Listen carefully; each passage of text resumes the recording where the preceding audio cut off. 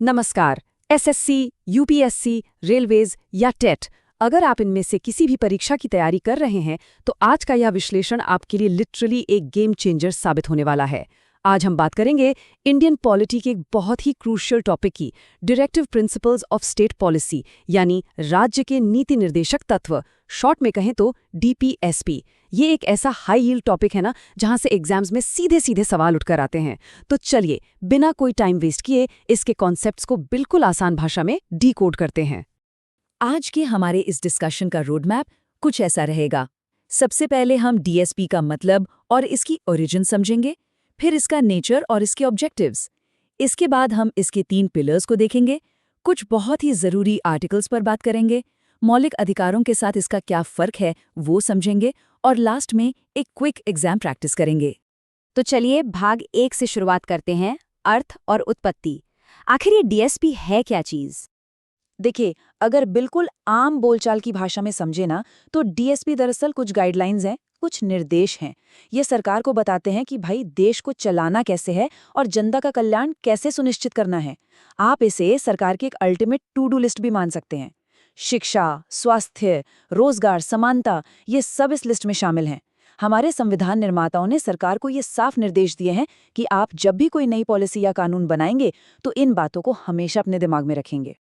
अब आते हैं उन फैक्ट्स पर जो एग्जाम्स में बार बार पूछे जाते हैं। एकदम रैपिड फायर की तरह इन्हें याद कर लीजिए।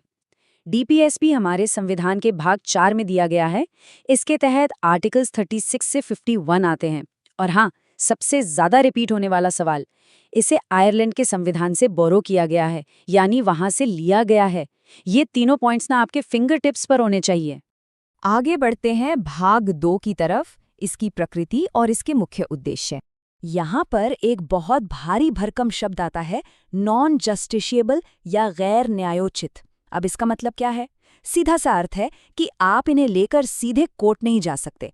मतलब अगर सरकार इन निर्देशों को पूरी तरह लागू नहीं कर पाती है तो आप सरकार पर मुकदमा नहीं ठोक सकते। लेकिन इसका ये मतलब बिल्कुल नहीं है कि इनकी कोई अहमियत नहीं है।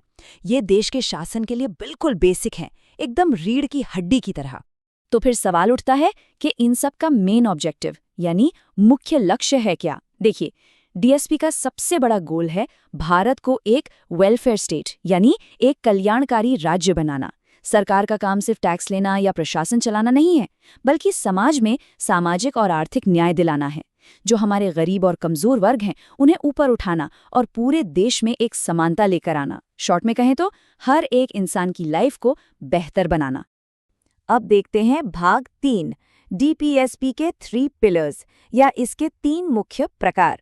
संविधान बनाने वालों ने बहुत ही खूबसूरती से अलग अलग विचारधाराओं को एक साथ पिरोया है। इसे हम 3 हिस्सों में बांट सकते हैं। पहला पिलर है समाजवादी यानी सोशलिस्ट सिद्धांत। इसमें आर्थिक समानता और समान वेतन जैसी बातें आती हैं। मनरेगा जैसी योजना इसी राइट टू वर्क की सोच का एक बहुत बढ़िया प्रैक्टिकल उदाहरण है। दूसरा है गांधीवादी सिद्धांत, जैसे ग्राम पंचायतों को बनाना और कुटीर उद्योगों को बढ़ावा देना। और तीसरा है लिबरल इंटेलेक्चुअल यानी उदारवादी सिद्धांत। इसमें यूनिफॉर्म सिविल कोड और पर्यावरण को बचाना जैसे विषय आते हैं। इस तरह कैटेगराइज करके याद रखेंगे ना तो कभी नहीं भूलेंगे। चलिए अब आते हैं भाग 4 पर, वो आर्टिकल्स जो आपके एग्जाम्स के लिए सबसे ज्यादा क्रूशियल हैं। ये जो आर्टिकल्स हैं ये एग्जाम्स के फेवरेट हैं। आर्टिकल 40 ये बात करता है ग्राम पंचायतों के संगठन की। आर्टिकल 44 ये जुड़ा है यूनिफॉर्म सिविल कोड यानी समान नागरिक संहिता से। आर्टिकल 45 बात करता है बच्चों की शिक्षा की। और आर्टिकल 48A जुड़ा है हमारे पर्यावरण के संरक्षण से। मैं तो कहूँगा कि ये पूरी लिस्ट आपके दिमाग में एकदम छप जानी चाहिए, क्योंकि हर दूसरे एग्जाम में ये किसी न किसी रूप में टकरा ही जाते हैं। अब बात करते हैं भाग 5 की, जहां सबसे ज्यादा कंफ्यूजन होता है, फंडामेंटल राइट्स बनाम डीपीएसपी। इन दोनों के बीच का फर्क समझना बहुत जरूरी है।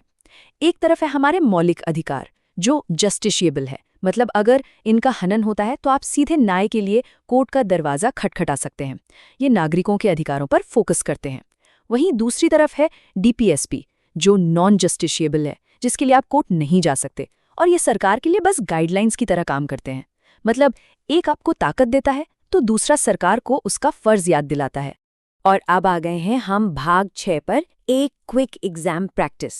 देखते हैं आपको कितना याद रहा। तो पहला सवाल ये रहा, डीपीएसपी संविधान के किस भाग में स्थित है?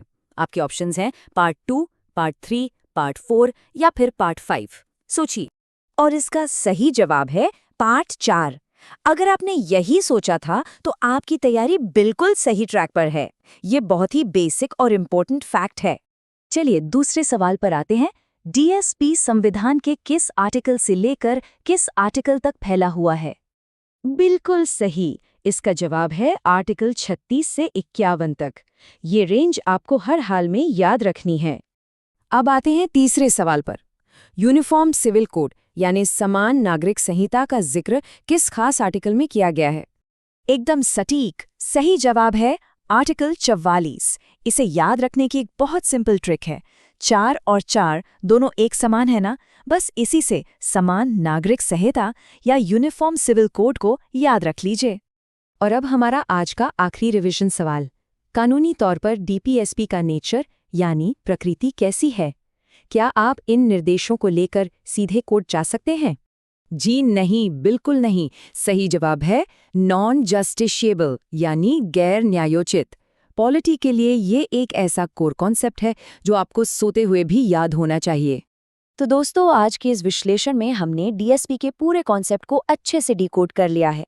मुझे उम्मीद है कि अब इससे जुड़ा कोई भी सवाल एग्जाम में आएगा तो आप उसे आसानी से क्रैक कर लेंगे। लेकिन जाने से पहले आपके लिए एक आखिरी सवाल छोड़कर जा रहा हूं। डीएसपी को आखिर किस देश के संविधान से बोरो किया गया था?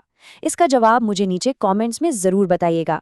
हम अपनी अगली चर्चा में एक और बहुत ही इंपॉर्टेंट टॉपिक फंडामेंटल ड्यूटीज को डिकोड करेंगे। तब तक के लिए